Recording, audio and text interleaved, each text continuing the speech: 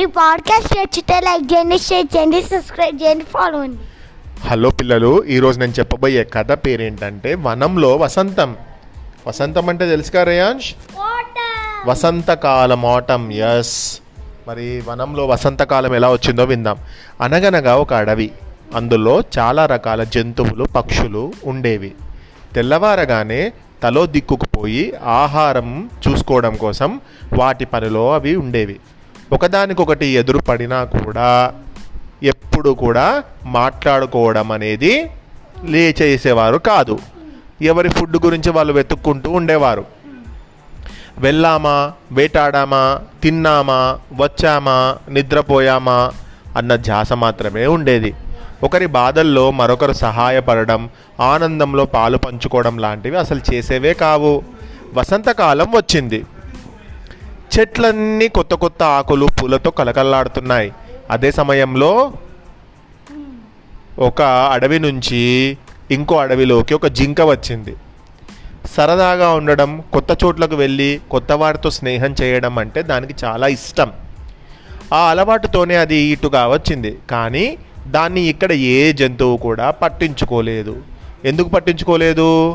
ఎందుకంటే ఆ జంతువులు, ఆ అడవిలో ఉన్న జంతువులు వాటి పని అవి చూసుకుంటాయి, కానీ వేరే వాళ్ళతో మాట్లాడడము, వేరే వాళ్ళ బాధల్లో అంటే పాలు పంచుకోవడమో లేకుంటే వాళ్ళకి సలహాలు ఇవ్వడమో లాంటివి చేయరు వాళ్ళు ఇలా. కానీ ఈ జింకకు మాత్రం కొత్త వారితో స్నేహం చేయడం అంటే చాలా ఇష్టం. ఆ అలవాటుతోనే అది ఇటుగా వచ్చింది. కానీ దాన్ని ఇక్కడ ఏ జంతువు కూడా పట్టించుకోవడం లేదు. మాట వరుసకు కూడా పలకరించడం లేదు.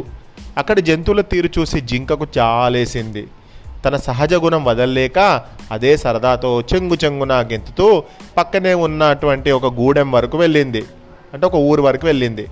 ఆ సమయానికి అక్కడి వాళ్ళంతా మోదుగ పూలతో తయారు చేసుకున్న రంగులను వెదురుగొట్టాల్లో పోసుకొని ఒకరి మీద ఒకరు చల్లుకుంటూ తెగ సంబరాలు చేసుకుంటున్నారు. అంటే ఒక హోలీలాగా వాళ్ళు ఆడుకుంటూ ఉన్నారు. అది చూసిన జింకకు మెరుపు లాంటి ఆలోచన వచ్చింది. రంగు నీళ్లు కలిపినటువంటి ఆ వెదురు గొట్టాలు 2 తీసుకొని వచ్చి అడవిలో ఉన్న చిన్న నీళ్ళ మడుగులో పెట్టింది. మడుగు అంతా రంగు నీళ్లతో కలకల్లాడింది. అంతలో అటుగా వస్తున్నటువంటి కుందేళ్లు చూసిన జింక గొట్టం నిండా రంగు నీళ్లు తీసుకొని చెట్టు చాటు నుంచి దాని మీద చల్లింది. ఊహించని సంఘటన నుంచి తేరుకునేసరికి తన ఒళ్ళంతా ఎర్రని రంగుతో తడిసిపోయి ఉంది. ఎదురుగా తనను చూసి నవ్వుతున్న ఉడత కనిపించింది. ఇదంతా దాని పనే అనుకొని కోపంతో ఊగిపోయింది. పక్కకు చూసేసరికి రంగునీళ్ళ మడుగు పక్కన వెదురు గొట్టాలు కనిపించాయి. అంటే 2 బాటిల్స్ లాంటివి కనిపించాయి. కుందేలు వెంటనే అటు వెళ్ళి గొట్టం నిండా రంగునీళ్ళు తెల్చి ఉడత మీద చల్లబోతుండగా అటుగా వస్తున్నటువంటి తోడేలు మీద రంగునీళ్ళు పడ్డాయి. చూడడానికి మూరడ్లేవు, నా మీదే రంగునీళ్ళు కుమ్మరిస్తావా, ఉండు నీ పని చెప్తా అని తోడేలు పక్కనే ఉన్న మడుగులో నుంచి రంగునీళ్లు తెచ్చి కుందేలు మీద పొయ్యబోయింది. అప్పుడే అటుగా వస్తున్నటువంటి ఎలుగుబంటి మీద రంగునీళ్ళన్నీ పడ్డాయి. దాని నల్ల రంగుకు ఎర్ర రంగు తోడే దాని రూపం విచిత్రంగా మారిపోయింది. అలా అక్కడికి చేరిన జంతువులు ఒకదాని మీద ఒకటి మరొకటి రంగునీళ్ళు చల్లుకున్నాయి. ముందు కోపాలు తెచ్చుకున్న చివరికి వాటికి తెలియకుండానే అదొక ఆట అయిపోయింది. కోపాలతో మొదలైన ఆ పని చివరికి సంతోషంతో తెచ్చి అందరూ కూడా హ్యాపీగా ఆడుకోవడం మొదలుపెట్టారు. అవన్నీ మళ్ళీ మడుగులోని రంగు నీళ్ళు ఒకదానిపై మరొకటి చల్లుకుంటూ ఆనందంగా గడిపాయి. తెల్లవారేసరికి ఎవరి పనుల్లో అవి వెళ్ళిపోతున్నా నిన్నటి విషయం గుర్తొచ్చినప్పుడల్లా తెగ నవ్వు వచ్చేవి వాటికి. ఒకదానికి మరొకటి ఎదురైనప్పుడు అదే విషయం గుర్తొచ్చి నవ్వుతూ పలకరించుకోకుండా ఉండలేకపోయేవి. ఆ రోజు మనం రంగు నీళ్ళతో ఎంత సరదాగా ఆడుకున్నాం, ఆహా ఆ రోజు మళ్ళీ వస్తే బాగుండు అని అప్పటి నుంచి ఆ జంతువులన్నీ మళ్ళీ ముచ్చట్లు పెట్టుకోవడం స్టార్ట్ చేశాయి. ఆ రోజు నుండి అక్కడి జంతువుల్లో తెలియని మార్పు వచ్చింది. ఎవరి పనుల్లో వాళ్ళు యాంత్రికంగా మునిగిపోకుండా, అంటే ఎవరి పన్ను వాళ్ళు చేసుకోకుండా, అంటే చేసుకున్నా కూడా ఎవరి బిజీలో వాళ్ళు ఉన్నా కూడా ప్రాబ్లం ఏంటి ఇక్కడ?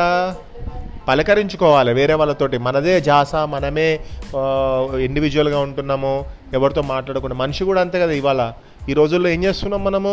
సెల్ ఫోన్సో లేకుంటే ల్యాప్టాప్సో టీవీసో పెట్టుకొని ఇంట్లో ఉన్న వాళ్ళతోనే మనం సరిగా మాట్లాడకుండా ఉంటున్నాం.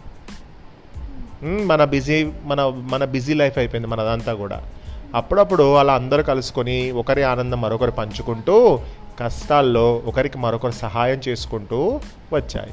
తమలో ఈ మార్పు అంతటికీ ఈ అడవి నుంచి వచ్చినటువంటి జింక పిల్లే కారణమని తెలుసుకొని దాన్ని అభినందించాయి.